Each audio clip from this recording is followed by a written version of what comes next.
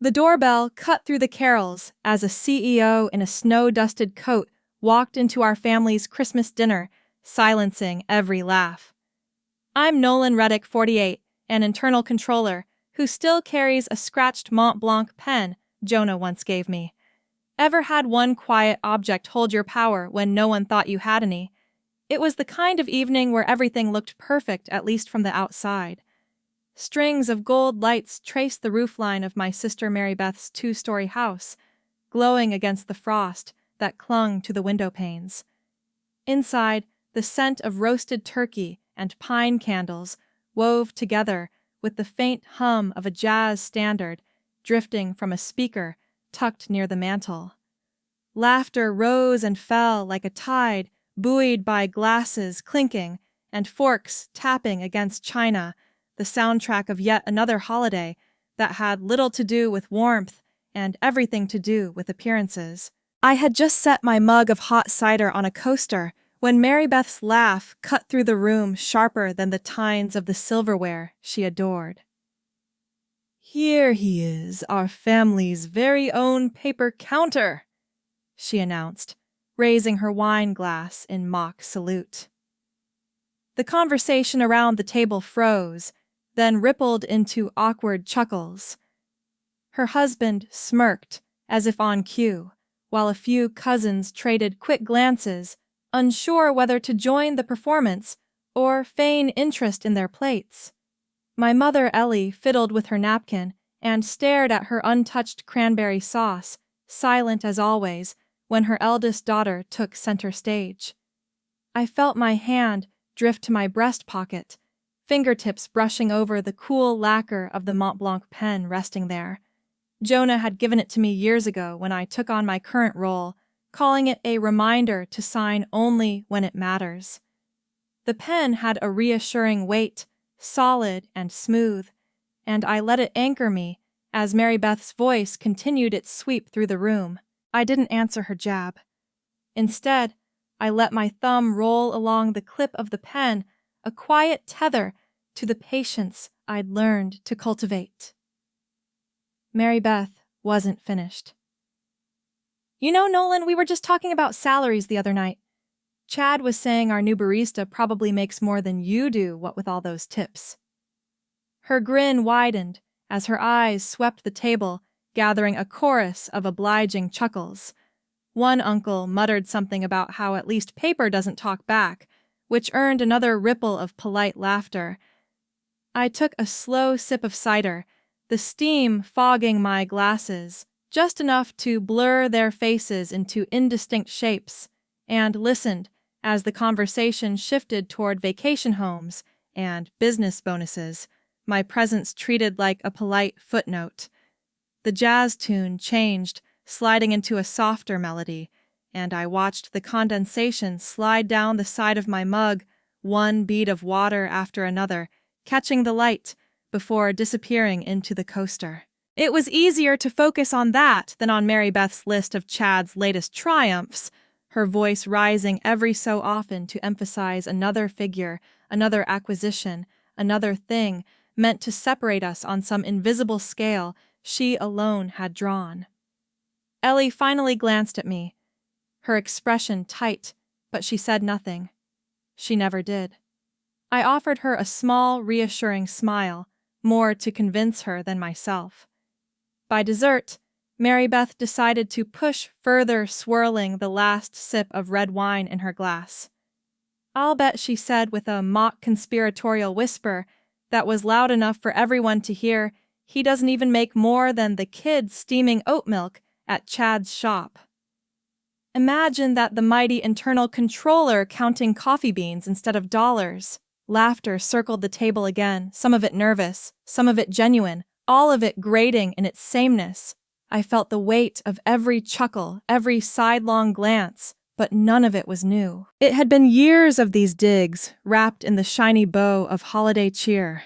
I let the smile tug at my lips, small and deliberate, the kind that gave nothing away. My fingers twisted the cap of the Mont Blanc slowly, the faint click of its threads catching under the lights. The pen's surface reflected the golden glow of the Christmas strands, strung along the window, gleaming as if to remind me that silence when chosen can be louder than any defense. I let the room's laughter fade into a dull hum, my attention narrowing to the steady feel of the pen in my hand, and smiled faintly at the thought that someday they'd understand just how little paper I truly counted. The conversation drifted on without me, buoyed by stories I'd heard and ignored before, but my mind stayed anchored in that moment.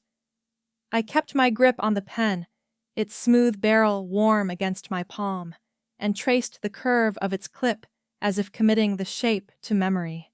The glow of the lights blurred at the edges, the jazz barely audible under the rise and fall of voices, but the faint scent of pine and roasted meat lingered, grounding me. I stayed quiet, not out of surrender, but out of choice, letting the evening roll on like a current I had no interest in fighting just yet. Somewhere in the background, the old speaker crackled before sliding into another melody, a gentle piano riff that softened the edges of the room. I glanced at the frost-laced windows, at the way the lights outside seemed to pulse against the winter dark, and rolled the pen once more between my fingers. The conversation had shifted again back to bonuses and new cars, back to the same script it followed every year. I leaned back slightly in my chair, letting the laughter blur into background noise, and fixed my gaze on the pen as the gold reflections played across its lacquered surface. I could almost hear Jonah's voice in my head, calm and steady. Patience, Nolan. Sign when it matters. The weight of the pen, the way it caught the light, the faint rhythm of the jazz. All of it formed a quiet cocoon around me, even as Mary Beth launched into another boast about Chad's plans for the spring. I let the smile stay on my lips, a quiet counterpoint to the noise, and felt a flicker of something that had nothing to do with humiliation and everything to do with certainty. They could laugh now. They wouldn't forever. And as the room buzzed with a cheer I didn't share, I tightened my grip on the pen, twisting its cap one last time as the golden light glinted across its surface. My faint smile held steady and deliberate as I looked down at it and thought not for the first time that some things were worth more than anyone at this table would ever understand. Snowflakes drifted across my windshield in lazy arcs, catching the glow of streetlights before dissolving into nothing, the way old words dissolve when they've been repeated too often. Mary Beth's laugh still echoed in my ears, not as sharp as it had been around that table, but softer now, like static that lingers after you've turned off the radio. Each chuckle, each offhand dig, had followed me down the interstate through the dark stretches where headlights faded into shadow, and the only sound was the crunch of tires over slush. I let the heater hum a low counterpoint to the quiet, and gripped the steering wheel tighter than necessary, my knuckles whitening before I eased my fingers back to life. The streets of downtown Sioux Falls were mostly empty by the time I pulled into the parking garage beneath Dakota Plains Energy's main office. The cold air hit my face like a slap when I stepped out sharp and metallic, and I could hear the faint squeak of snow under my boots as I crossed the lot. Inside, the fluorescent lights hummed with their usual insistence, casting everything in that familiar, sterile glow, making even the holiday wreaths taped to cubicle walls look tired. A printer somewhere down the hall churned out a report with mechanical precision, its steady rhythm a strange comfort in the otherwise still building.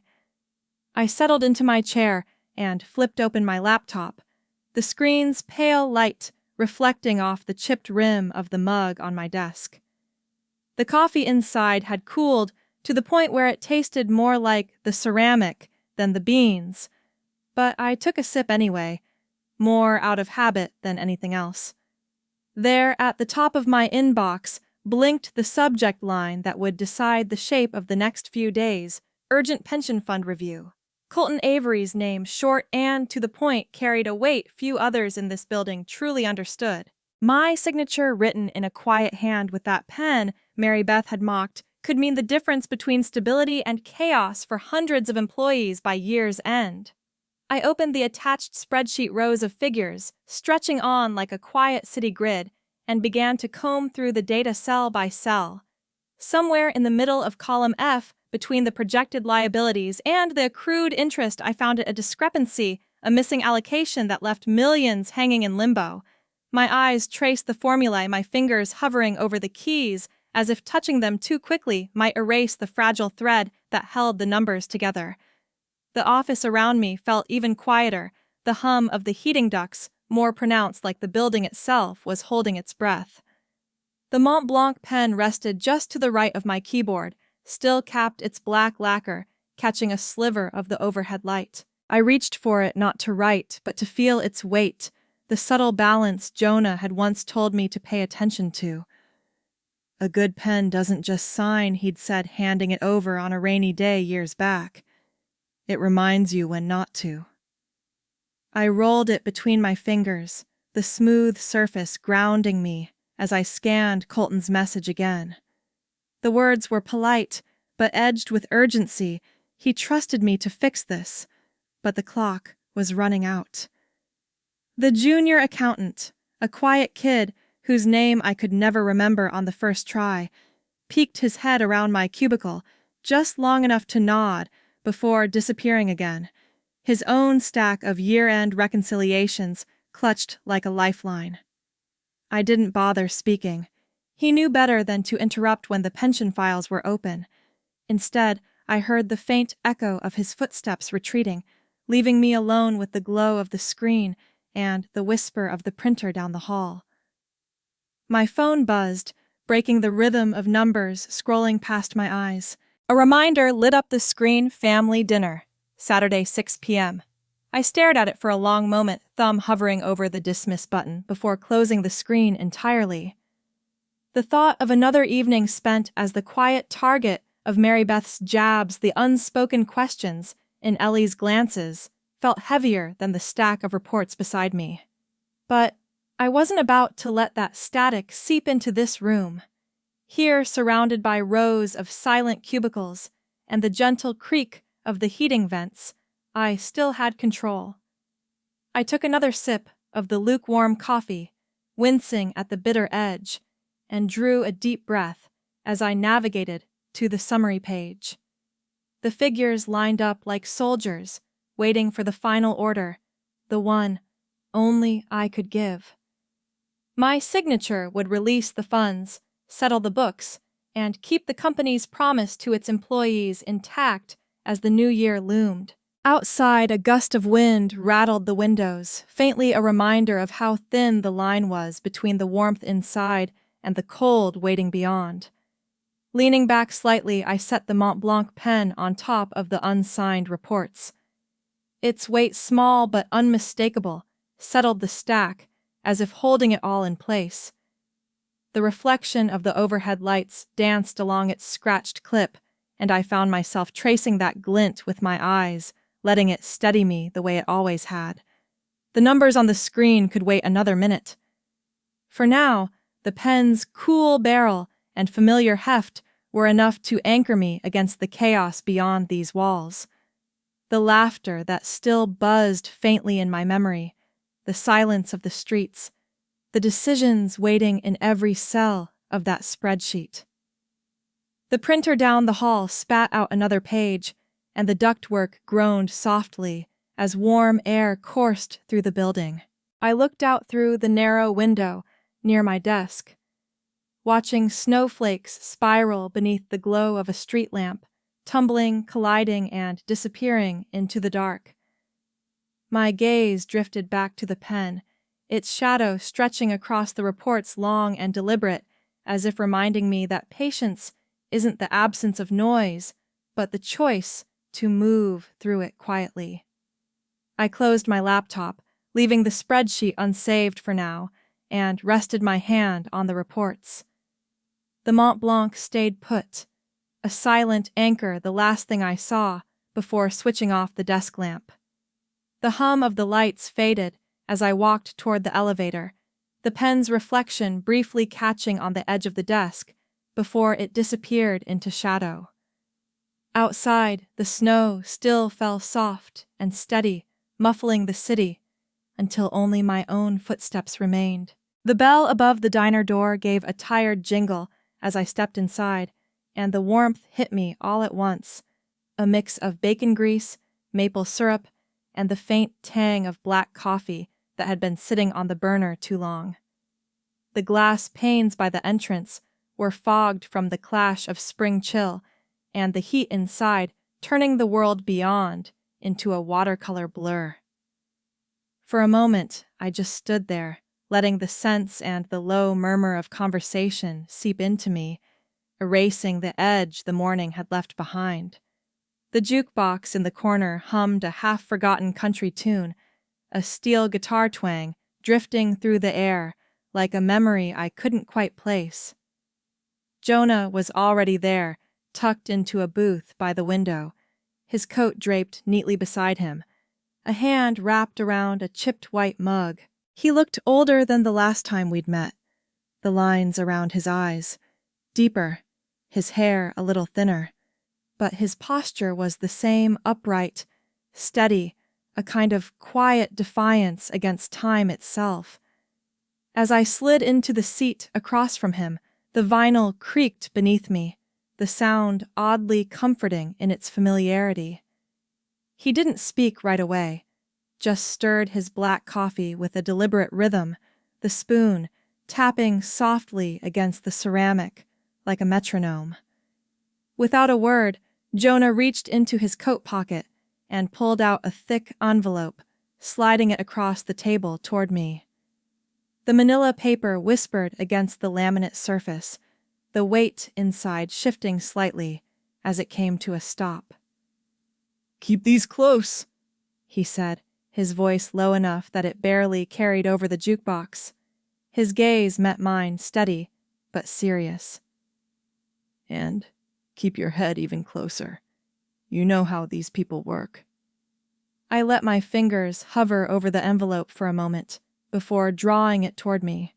The paper was warm from his coat, but the weight inside felt cold, literal, and figurative. I knew what was in there: projections, sign-off sheets, the kind of documents that made executives pace their offices at night. Documents that, for reasons few outside this booth understood, couldn't move forward without my hand putting ink to paper. I slipped the envelope into my satchel and reached for my mug, the steam curling upward as if trying to soften the edge of Jonah's warning. "Mary Beth still at it?" he asked, glancing out the window where the Big Sioux River was cracking apart, chunks of ice breaking free and drifting downstream. His tone wasn't sympathetic so much as matter-of-fact, the way someone asks about the weather when they already know the forecast. I gave a small shrug, taking a sip of coffee that burned just enough to remind me I was still present. "She doesn't change," I said quietly. "Every dinner, every holiday, it's like she can't help herself." Jonah nodded slowly, his thumb tracing the rim of his mug. "People like that, they need a reaction to feel alive. Take that away, and all they've got is the sound of their own voice echoing back." He leaned forward slightly, resting his forearms on the table. Silence. Nolan isn't weakness. It's a mirror. Makes them look long enough to see themselves. His gaze flicked down to the Mont Blanc pen I'd set on the table between us, the black lacquer catching the muted light from the window. With one finger, he nudged it gently so it spun halfway around before coming to rest. "You'll know when to use it," Jonah said, his voice dropping even lower like he was talking about something far bigger than ink and signatures. "Not for her. Not for them. For you and the people who'll never know your name, but will sleep easier because of what you do." He tapped the pen once more, the soft sound barely audible over the faint steel guitar from the jukebox. For a while, we just sat there, letting the sounds of the diner fill the silence, the faint hiss of a grill from the kitchen, the murmur of a waitress refilling coffee at another table, the creak of another vinyl booth as someone stood up to leave. Outside, the river kept moving, ice-breaking and sliding into the current, carrying pieces of winter downstream like they'd never existed. I found myself watching those shards through the fogged window, their jagged edges catching the weak sunlight as they spun and vanished around the bend.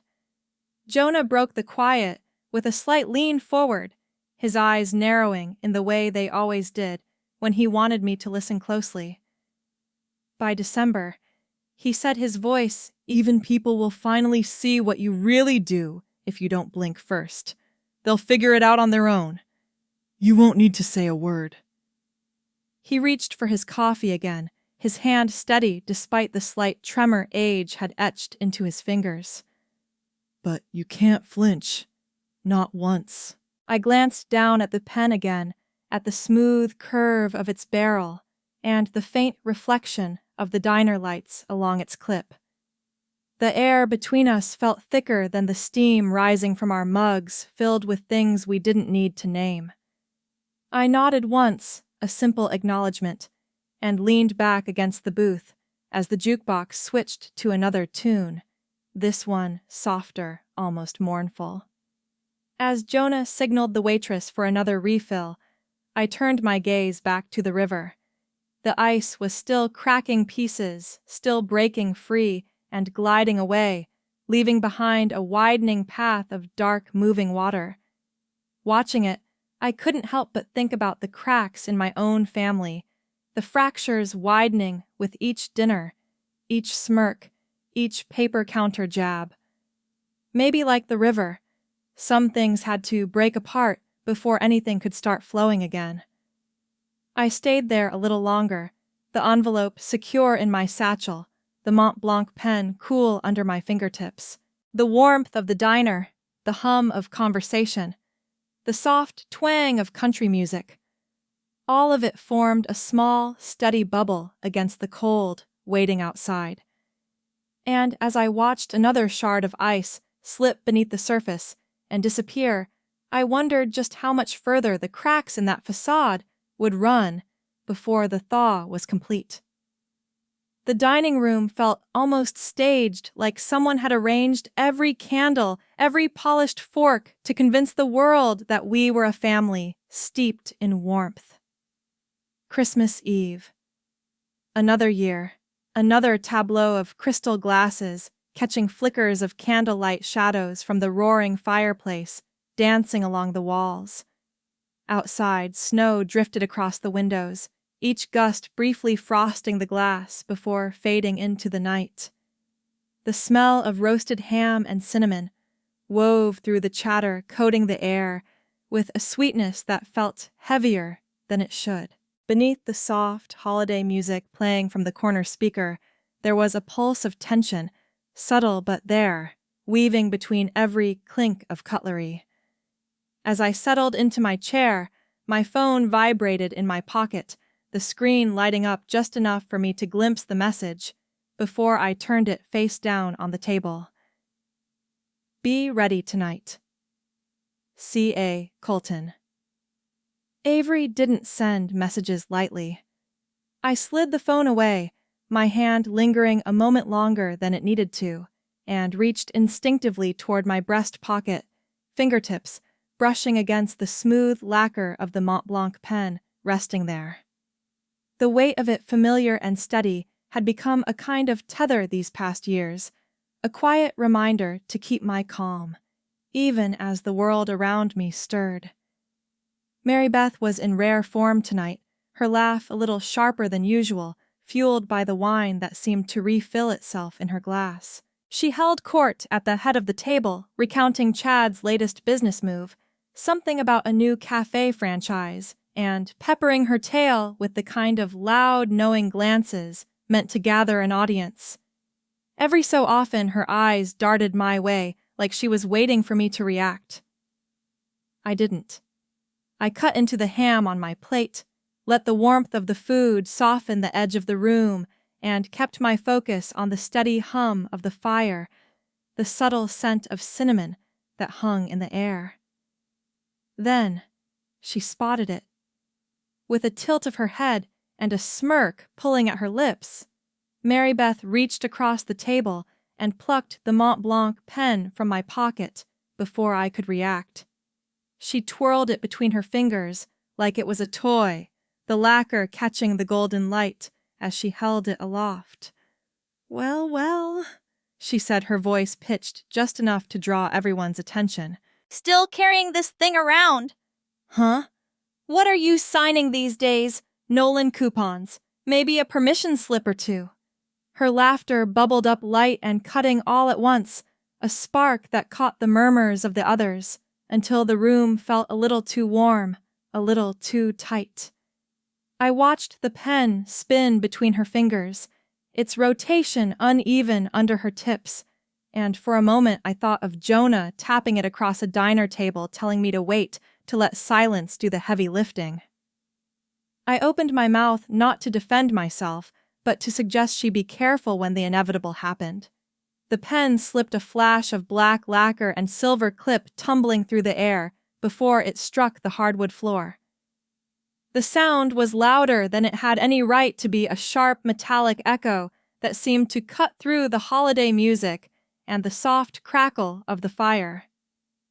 Every voice in the room stilled the silence, landing heavy as a snowfall. The pen rolled once, twice, before coming to rest near the leg of a chair, a faint scratch marring its otherwise pristine surface. I bent to pick it up, feeling the eyes on me, 100 unspoken thoughts hovering above the table like the faint smoke curling from the candles. Mary Beth's smirk lingered as I straightened, the kind of smile that dared me to break my calm, to give her the satisfaction of a reaction. I didn't. I met her gaze for a beat, longer than usual, my expression unreadable, my grip firm around the pen. The weight of it was different now, not heavier, not lighter, just sharper, as if the scratch had cut something intangible into it. A murmur of conversation began to ripple back into the room, someone clearing their throat, someone else remarking on the dessert waiting in the kitchen. The music, soft and unbothered, crept back into the space, as though nothing had happened. I slipped the pen back into my pocket, my fingers tracing the fresh mark along its side, and took my seat again, the warmth of the fire washing over my back. My phone buzzed once more, muted against the wood of the table, the vibration subtle but deliberate. Colton's timing was rarely coincidental. I didn't pull the phone out this time, didn't need to. I knew what it meant. The air felt different now, charged in a way I couldn't quite describe, like the static before a winter storm rolls in. The laughter that bubbled back up around me felt distant, tinny, as though I were listening through a wall rather than sitting among them. My fingers curled around the pen in my pocket, feeling its familiar weight, the scratch a reminder that some things once marked don't return to what they were, but they can still hold. The fireplace popped loudly, a log, cracking down the middle, as the embers glowed hotter, casting a sudden wash of orange light across the table. I glanced toward the window, where the snow continued its slow, relentless drift, the flakes illuminated briefly by the glow of the string lights outside, before vanishing into the dark. My grip tightened around the pen as I exhaled steady and slow, feeling the hum of the room shift beneath the surface. And just as I reached for my cider, the sharp, deliberate chime of the doorbell rang out, cutting clean through the music, the chatter, and the faint hiss of the fire. The doorbell rang, cutting through the soft jazz and chatter. A gust of cold air swept in as Colton Avery stepped inside, snow still on his wool coat. His calm, steady gaze swept the room before landing on me. Leaning close, he murmured, We need your pen tonight, Nolan. The fund can't wait. Warm light and the scent of cider filled the room, but tension replaced the festive mood. Mary Beth froze mid-sentence. Ellie twisted her napkin, and every relative turned toward us. Colton addressed the room, his voice firm but even. Without Nolan's sign-off, hundreds of our people won't be paid for the new year. This isn't just paperwork, it's livelihoods. The chatter died. Only the fire crackled, and Colton's coat dripped softly onto the mat. Mary Beth's stunned silence hung heavier than her usual jabs. I said nothing, letting the quiet confirm more than words could. My fingers brushed the scratched Mont Blanc pen in my coat, its familiar weight steadying me. I drew it out and placed it on the table with a soft tap. Eyes followed it. Breaths held. Colton set a leather folder beside it. The scratch on the pen caught the light a small flaw in the tool that carried decisions worth millions. As I wrapped my hand around it, the room seemed to still, everyone waiting for the moment they'd see the brother they thought they knew in a very different light. Colton placed the leather folder gently on the table, its edges straight, the contents inside, pressing down like the weight of the moment itself.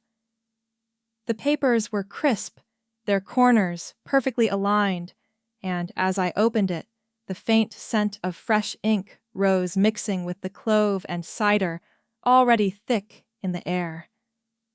The fire behind us had grown louder, its glow stretching across the polished floorboards and pulling the shadows closer as if the room itself was holding its breath.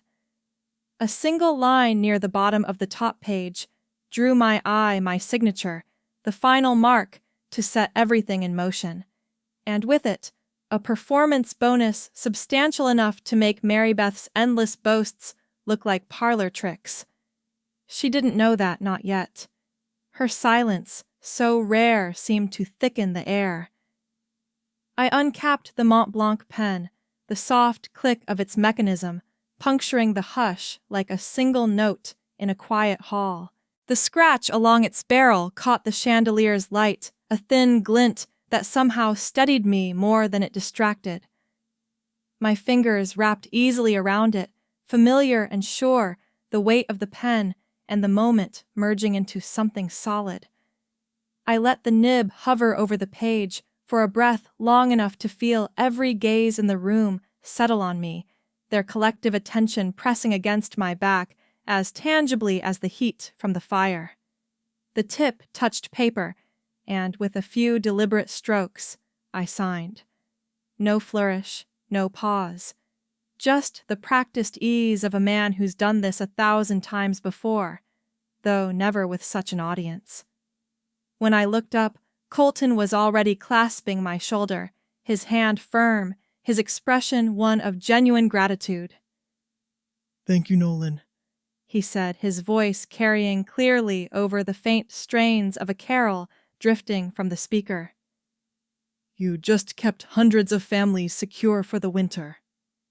A creak from across the table pulled my attention briefly. Mary Beth, finally finding her voice, let out a brittle laugh, the kind she used when her footing slipped. "Well, I guess our paper counter does count for something, after all," she said, the joke faltering on her tongue, her smile brittle enough to crack. No one joined in. Even Ellie, ever the peacekeeper, simply pressed her lips together and looked at me, her eyes carrying something closer to pride than worry for the first time in years. Colton's voice cut through the tension, steady and low, but carrying the kind of authority that left no room for dismissal. "This man just ensured hundreds of people can pay their bills and keep their homes this winter. Show some respect." The words weren't sharp, but they had an edge, honed from years of leading a tone that left the room hushed once more. A few of the relatives shifted in their chairs, the faint creak of wood and fabric, the only sound, as the carol in the background slipped into another even softer melody. I recapped the pen with a firm click, the sound landing softly yet distinctly in the quiet. Sliding it back into my pocket, I let my hand rest there for a moment, feeling its familiar weight settle into place as if the scratch along its body had become less a flaw and more a badge of what it had just done.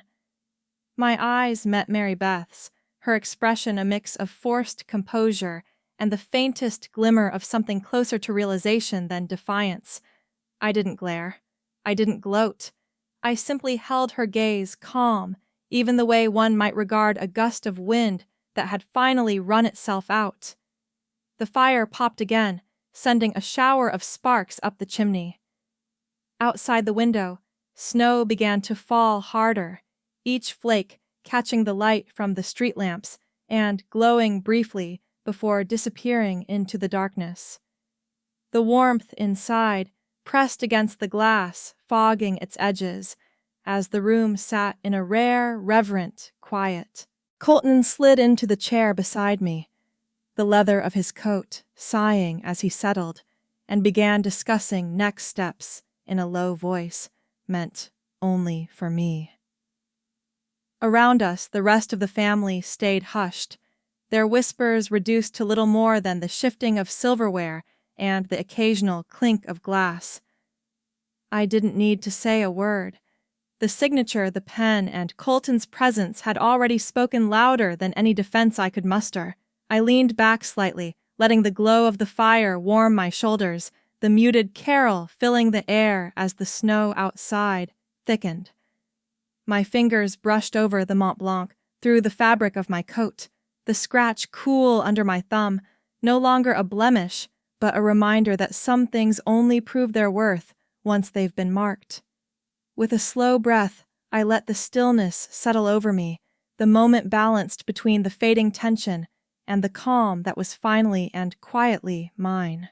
The restored Mont Blanc gleamed in its case as Jonah stepped in, smiling.